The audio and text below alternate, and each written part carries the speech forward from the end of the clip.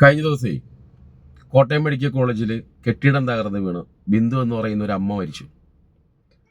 അല്ല, ആ മകൻ്റെ കരച്ചിൽ, അമ്മ നഷ്ടപ്പെട്ട മകൻ്റെ കരച്ചിൽ, ആ ഒരു വേദന നമ്മൾ സോഷ്യൽ മീഡിയയിൽ കണ്ടതാണ്. ഞാൻ ആ ഒരു വീഡിയോ ആയി വേദന പങ്കുവയ്ക്കാനോ കരച്ചിൽ പങ്കുവയ്ക്കാനൊന്നായിട്ടുള്ളൊരു വീഡിയോ അല്ല.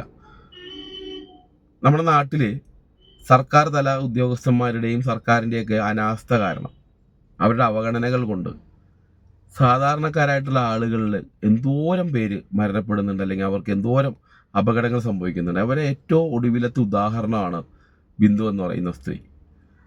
ഉറപ്പായിട്ടും ഇതൊരു നമ്മുടെ സർക്കാർ സംവിധാനങ്ങളുടെ, സർക്കാർ ഉദ്യോഗസ്ഥന്മാരുടെ കൃത്യമായ ഇടപെടലുകൾ നടക്കാത്തത് കൊണ്ട് സംഭവിക്കുന്ന അപകടങ്ങളാണ്. ഇത് ആരെയാണ് കുറ്റപ്പെടുത്തേണ്ടതെന്ന് എനിക്കറിയില്ല. ഇതിപ്പോൾ സർക്കാരിനെ കുറ്റപ്പെടുത്തണോ, അവിടുത്തെ MP കുറ്റപ്പെടുത്തണോ, MLA കുറ്റപ്പെടുത്തണോ, ഉദ്യോഗസ്ഥന്മാരെ കുറ്റപ്പെടുത്തണോ? കുറ്റപ്പെടുത്താനായിട്ടുള്ളതല്ല.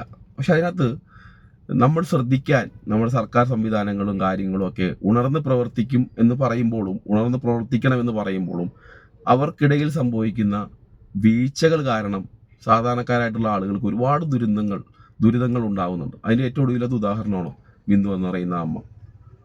ഇതിങ്ങനെ നടന്നുകൊണ്ടിരിക്കും. അപ്പോൾ ഇതിൻ്റെ ഇടയിൽ ഞാൻ രാഷ്ട്രീയം പറയണമെന്നോ രാഷ്ട്രീയത്തിൽ ചർച്ച ചെയ്യണമെന്നോ ഒന്നും ആഗ്രഹിച്ചുകൊണ്ടല്ല. പക്ഷേ അതിനിടയിൽ ഇന്നൊരു വാർത്ത ഇപ്പോൾ കണ്ടു. അതിരാവിലെ നാളെ വെളുപ്പിന് നമ്മുടെ മുഖ്യമന്ത്രി വിദഗ്ധ ചികിത്സയ്ക്ക് വേണ്ടി അമേരിക്കയ്ക്ക് പോകും. അപ്പം നമ്മളാരായി? സാധാരണക്കാരായിട്ടുള്ള ആൾക്കാരാരായി? നമ്പർ 1 ആരോഗ്യ കേരളമല്ലേ നമ്മളുടെ കേരളം? മാതൃകയാക്കേണ്ടതല്ലേ ഇവിടെ? അതൊരു മാതൃകയല്ലേ? അല്ലേ? മുഖ്യമന്ത്രിക്ക് വിദഗ്ധ ചികിത്സ അമേരിക്കയിലാണ് നിർദ്ദേശിച്ചിരിക്കുന്നത്.